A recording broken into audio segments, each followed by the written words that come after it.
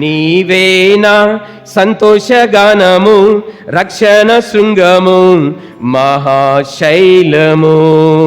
నీవేనా సంతోషగానము, రక్షణ దుర్గం, నీ రెక్కల నీడలో నన్ను కాచిన దేవా 91వ కీర్తన 2వ వచనం. మహోన్నతుని మరుగున వసించువాడు, సర్వశక్తి మంతుని రెక్కల నీడలో నివసించువాడు ప్రభుతో, నీవు నాకు ఆశ్రయము, నాకు రక్షణ దుర్గం.